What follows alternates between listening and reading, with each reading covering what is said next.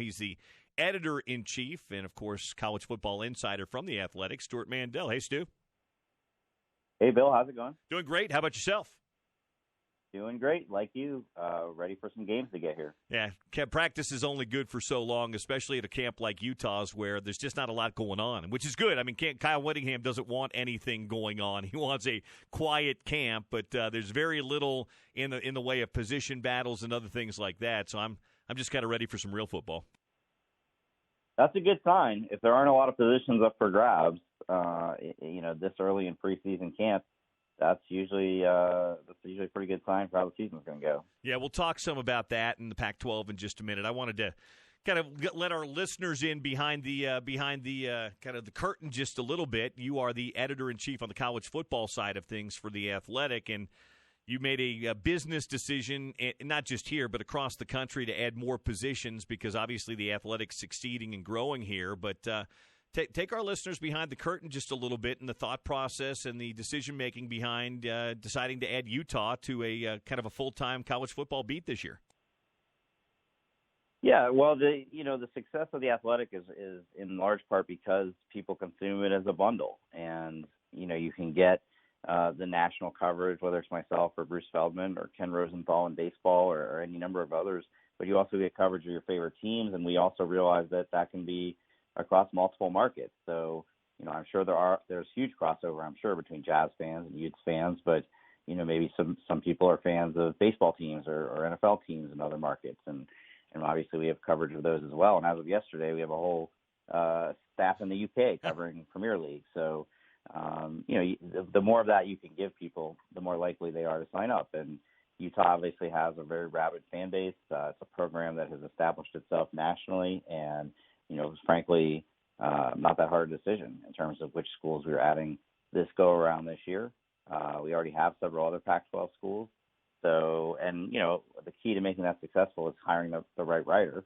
And Chris is an excellent writer, and he's already off to a great start here. And hope youth fans are enjoying it. Are you guys? You don't have to talk about specific numbers, but have you guys seen subscriptions or at least things in this area increase with the addition of college football in this market? Yeah, and that's the goal. That's the hope. You always expect there to be a nice response right off the bat from people who, were already, they're on the verge of subscribing already, and then you add a youth writer, and that puts them over the top.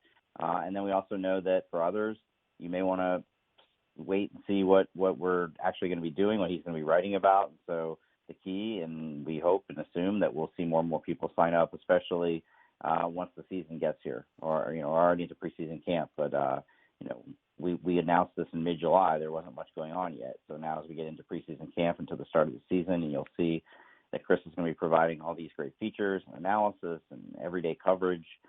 We hope more people will come on board. If we go back in time 2 years, not 2 years till now, but almost to this point in time, has this exceeded what your expectations were, Stuart, or is this about what you thought it would be on the college football side of things? I mean, both on the college football side and just as a company, it's astounding how quickly this has grown. When I got here 2 years ago, it was around this time 2 years ago that we hadn't actually launched the college football vertical yet. It launched August 28th of 2017 with a staff of 8, and here we are 2 years later with almost 40 writers and editors on the college football side. And then as the company as a whole, it came out in the news last week that The Athletic recently hit a milestone of 500,000 digital subscribers. That's more than all but 4 English language publications in the world. So, would I have predicted that 2 years ago? Absolutely not. It just goes to show, and I've said this before, if you put out good content, and that's what I call it now, it's not whether it's written, whether it's digital, whether it's audio, good content is what people want today, and they want to be able to consume it where they can. And while we've been used to reading things for free for many, many years, if the content's right, I think people will pay for good content. I think that's what you guys have found too. Thank you. That was the hope. We really appreciate all the support you've given us, Bill, from right back from day one. Well, I'm happy to do it, and I always believe that the high tide in our business lifts all boats. If people are doing good work across the board, it forces other people to continue to step their game up. And I think we're all kind of stepping our game up in this new age. When we went to school, I'm a little bit older than you, Stuart, but when we went to school, I can assure you, when I was in school, there was no internet. Al Gore had not invented it yet. When you were in school, it was just beginning to burgeon. But it's a new world, and our jobs are ever changing. We didn't study to be multimedia content providers. You studied to be a writer. I studied to be a radio or television broadcaster, but we're all doing all of it now, and the more we can do, the better we are for it, right? Exactly, and we're actually going to be launching a bunch of college football podcasts here in a couple of weeks to, the core of the Athletic is still writing, but, we've added video recently. We'll be adding these podcasts. We certainly want it to be a one-stop shop for everybody. Talking to Stuart Mandel, editor-in-chief and college football insider from The Athletic here on the Bill Riley Show today. So we're 23 days out. Everybody's practicing now. Some people have 0-week games. Some people have week 1 games. Pac-12 related in the footprint here. Give me a storyline that you're interested in tracking week 0 or week 1, or maybe it's in the first couple of weeks of the season that's got really your attention right now, Stuart. Well, much like the Washington-Auburn opener last year, that Oregon-Auburn opener really, will set the tone for the Pac-12 this season. They've struggled the last few years to get traction in the playoff conversation, and that all starts in non-conference. And, that same weekend, Stanford is hosting Northwestern. They go to UCF a couple weeks after that. Obviously, Utah, BYU, USC has its usual tough early season non-conference schedule. So, it's really important for the Pac-12 to win some of those games. It's not like Auburn is. They're not Alabama. They're a good team, but they're certainly beatable if Oregon is going to be the kind of team they want to be this season. It's really important that the conference gets off to a good start, or you're just going to, immediately see all the, they're still the worst Power 5 conference, or they're never going to send anybody to play. You're going to see all that, come right back again. You hired away your old SI colleague, Andy Staples. He's now in the Athletic family. He was at Pac-12 Media Day. He wrote a little bit about the 9 a.m. kickoffs. I'm not sure I'm a huge fan of it. I think maybe on a limited basis for exposure, maybe so. What's your read on Larry Scott? I don't even know if it was Larry Scott's or if it was John Wilner's who had it first. I think Wilner may have had it first. But your thoughts on the 9 a.m. kickoff, Stuart? Yeah, I have mixed feelings about it. I understand why that would be appealing from a TV perspective, but I do think that's really unfair to the fans who go to the games, especially people who maybe drive a good distance every weekend to go to a game, and certainly people who want to tailgate. I think I wrote this last week. Pac-12 fans basically just need to decide, because I think there's pretty universal dissatisfaction with the conference and the lack of exposure they get. And you always hear people complain about late kickoffs, 7:30 Pacific, 10:30 Eastern kickoffs. Well, it's got to be one or the other. It's just not realistic that they're going to the networks are going to squeeze every conference game into a 7-hour window on Saturdays. Every other conference has 3 TV windows. That's why the late night one is a window. So if you're somebody who doesn't like those late night kickoffs, then I think you got to be a little more open to 9 a.m. kickoffs, because you want your team to be on TV. You want people back east to see them. So you got to pick one or the other. I agree with you. And you mentioned to the fans who tailgate and things like that, I think coaches and players, you're talking about a 9 a.m. Mountain Time or 9 a.m. Pacific Time kickoff. Well, those guys start preparing for kickoff 4 and 5 and 6 hours beforehand with meetings and other things like that. Even if you just back it out to 4 hours out, that's still a 5 a.m. wake up on a Saturday morning for a football game. That's throwing kind of the creatures of habit out of those habits that they're used to building in that routine too. Well, if you notice, Chip Kelly, whose teams have always practiced in the morning, said, we'd be fine with it. It's not a big deal. It's not a big adjustment for our guys. They're used to having to get up and practice at that time. And then I saw Mike Leach tweet that it would be crazy. Who on earth would want a 9 a.m. kickoff because of what you said, that the players would have to wake up at 4:30 in the morning to begin their prep. So I think it's important that if they do this, and it does sound like they're serious about at least trying it, that the teams themselves are on board. If they don't want to do it, then we obviously that we know that TV dictates a lot of things, and a lot of teams don't like playing those night games because they get back to if you play a 7:30 p.m. Pacific game in Oregon and you don't get back till 2 or 3 in the morning, that's pretty disruptive too. So it's not like that's very student athlete friendly either. But this is such an unusual possibility. You'd want to make sure that the participating teams are on board. If I ask you today on August the 6th, 23 days out from the opener, what would it take for Clay Helton to save his job? What's your answer?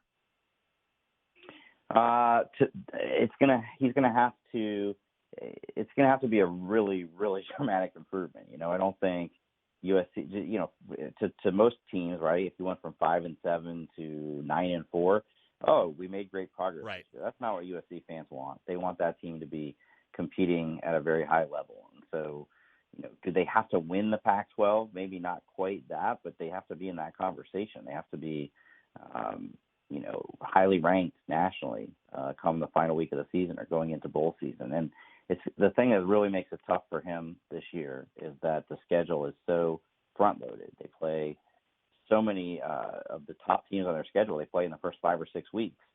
And so if he gets off to, a rough start, a 3-3 kind of start. He did that a few years ago. The year they went to the Rose Bowl, I think they started 1-3 and then won the rest of their games. Well, the problem is when a coach is on the hot seat, it's really hard to dig out of that kind of hole. The criticism will just be so loud. So he's going to have to win some really big games right off the bat. I agree, and that's my point. Most people say, a turnaround year, you go from 5-7 to 9-3. You're like, okay, that's a good year. I don't know if that's the case at USC.